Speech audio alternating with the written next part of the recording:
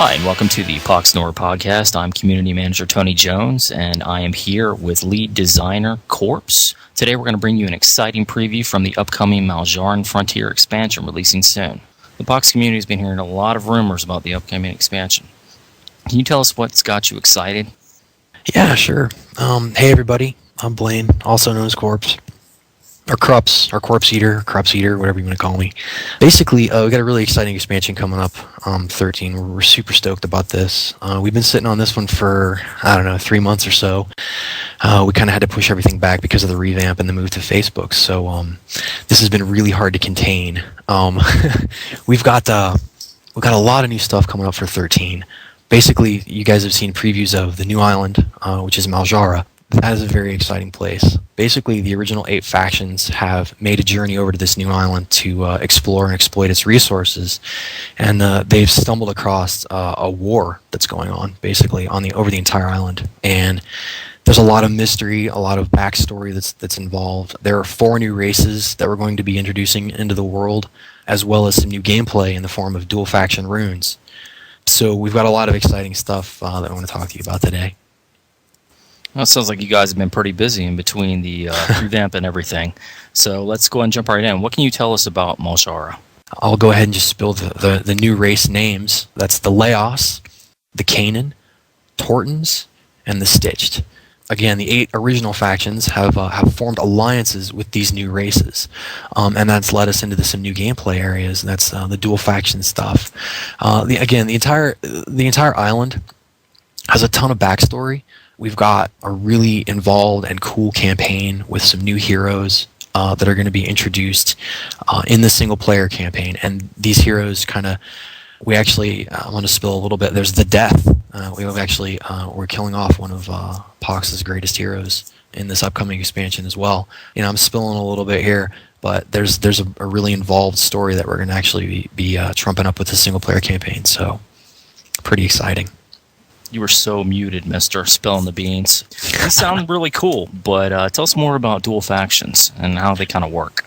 Okay, so the dual faction stuff was something that we kind of came up with. Originally, we had wanted to create new factions for Pox, but the game is already so deep and so complex that it really didn't seem like that was the best way to go. So we kind of looked at it and we're like, well, split factions are kind of suffering from a balance perspective. What's a way that we can really unify split factions and kind of tie races together in a cool way? And that's kind of where the dual factions came up, where we came up with the dual factions. There's this cool way to get these new races into the game. Basically, almost all of the new runes for 13 are going to be made up of these new races, and we'll go into that stuff a little bit more specifically on down the road here. But I wanted to add that all of the split faction, all of the dual faction runes will have an ability called Independent. And the way Independent works is you can use these new runes in a full faction battle group, piece of cake. They fit in just fine. So, for instance, we have like a Savage Tundra and an Iron Fist dual faction, but they won't receive the full faction bonus. In fact, they'll be completely removed from that. So if your faction, you want to run a full faction ST, and they have Independent on them, they won't get the plus 10 HP. They won't get that Savage Tundra bonus. However, if you run them in a split, say you run them in a Savage Tundra and Iron Fist faction bonus, they will get the plus 5 bonus. And that's something that we're pretty comfortable with releasing. I think that's going to work out pretty well. Of course, usually everything's subject to change and balance and whatnot, so we're still working on that. But yeah, that's basically how the dual faction runes will work. You can run dual faction runes of Savage Tundra IS and SPSL. That's piece of cake. You'll be able to run those. Okay, so tell us a little bit more about the Leoss specifically. What abilities can we expect to see? Okay, so we're getting right into the races. Okay, so the Leoss they're a feral race. They're made up largely of sort of cat people. They're cat-like warriors. Some background on them. They're a dying race. Actually, they're very proud, but they're being hemmed in. They're rich. They have vast wealth. You can liken them to sort of Aztecs at the height of their civilization. They fight with obsidian blades, their claws, their teeth. They're also really huge. A standard Leoss is probably around 7 to 8 feet tall, and the really, really big ones are 8 to 9 feet tall, and they're actually they're called the walls of Eiler. Now Eiler is the main city of the Leoss. It's sort of the crown jewel of the island. You can actually see it on the world map that we created and released last expansion. It's in the center of the island. Unfortunately, it being in the center of the island, well, that's kind of getting into the Kanen territory. This war that's occurring on Maljara is because of the Kanen. The Kanen are vastly outnumber the Leoss. So the Leoss are kind of holding the line against these Kanen who want nothing more than to claim the crown city of Eiler for themselves. That's largely due to the crones. We'll get into that stuff later. Specifically speaking, the Leoss are really tough when they're outnumbered. So they have this interesting bonus called Warrior Pride, and it's basically the more champions. So for instance, if they were to fight against the Moga, and you've got 3 Leoss deployed, then the Moga, they've got 10 Moga out.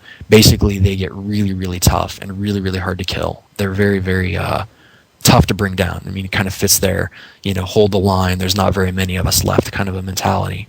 On top of that, the ability Warrior Pride, so they get buffed while when they're outnumbered. And also, when they destroy a champion, other champions that you own with Warrior Pride, they gain an AP boost. They gain around 2 to 3 AP. We're still working on, we're ironing that stuff out, but we've kind of wrapped a lot of the, you kill a guy and then all the other Leoss sort of rally around it. That is the general Warrior Pride ability. They're also they tend to be pretty quick. They run around 7 to 8 or 6 to 7 speed. Most of them are at 7. Largely physical damage based. We're still tweaking that stuff. But yeah, that's the Leoss in a can.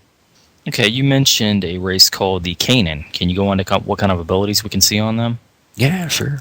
I've mentioned the Kanen a little bit. Basically, to sum their story up, they're hell-bent on taking over Eiler from the Leoss Empire. Actually, going back to the Leoss really quickly, I'm not sure I mentioned that they're Iron Fist and ST split. So they will fit within the Iron Fist faction, and they'll fit within the ST faction. I'm sorry, the Savage Tundra faction easily. That's how they've been designed. The Kanen are Savage Shattered Peaks and Sundered Lands split. So we kind of maintained a Wrath and Protectorate factions with these splits, with these dual faction runes. The Kanen are tribal. They're super aggressive. The way they work, in a nutshell, they're like the opposite of what Moga are. Moga were deploy a bunch of guys and, throw a bunch of Moga at them, and then the Gurn were there to kind of back them up. The way these guys work is a little bit different.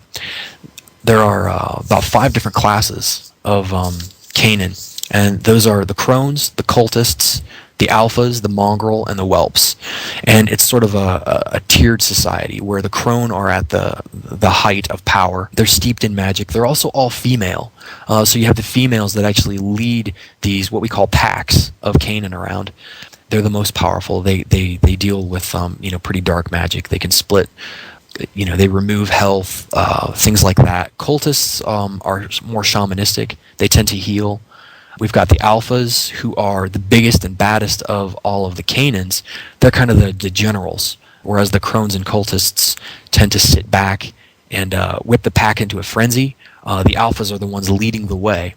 And then what the Mongrels and Whelps do is, think of like Moga with the ability to buff the Alphas. And then the Alphas actually, in return, when they make a kill or when they damage a unit, all of the Mongrels and the Whelps will, in turn, get an attack for free. So there's a lot of synergy that we've built into the Kanen in sort of overwhelming their opponent in not necessarily a numbers way, but more of an upfront damage way. The Kanen don't necessarily have a ton of hit points, but they do deal quite a bit of damage, so they can overrun you quickly, but they can't really hold the line if a fight goes for a very long amount of time. And that's pretty much the Kanen in a nutshell. Sounds cool. All right, well, that's all the time we have for today. Thanks so much for your time, Corpse. We've got a lot more planned to show off for you guys, so stay tuned as we reveal more about the island of Maljaran. Thanks for listening.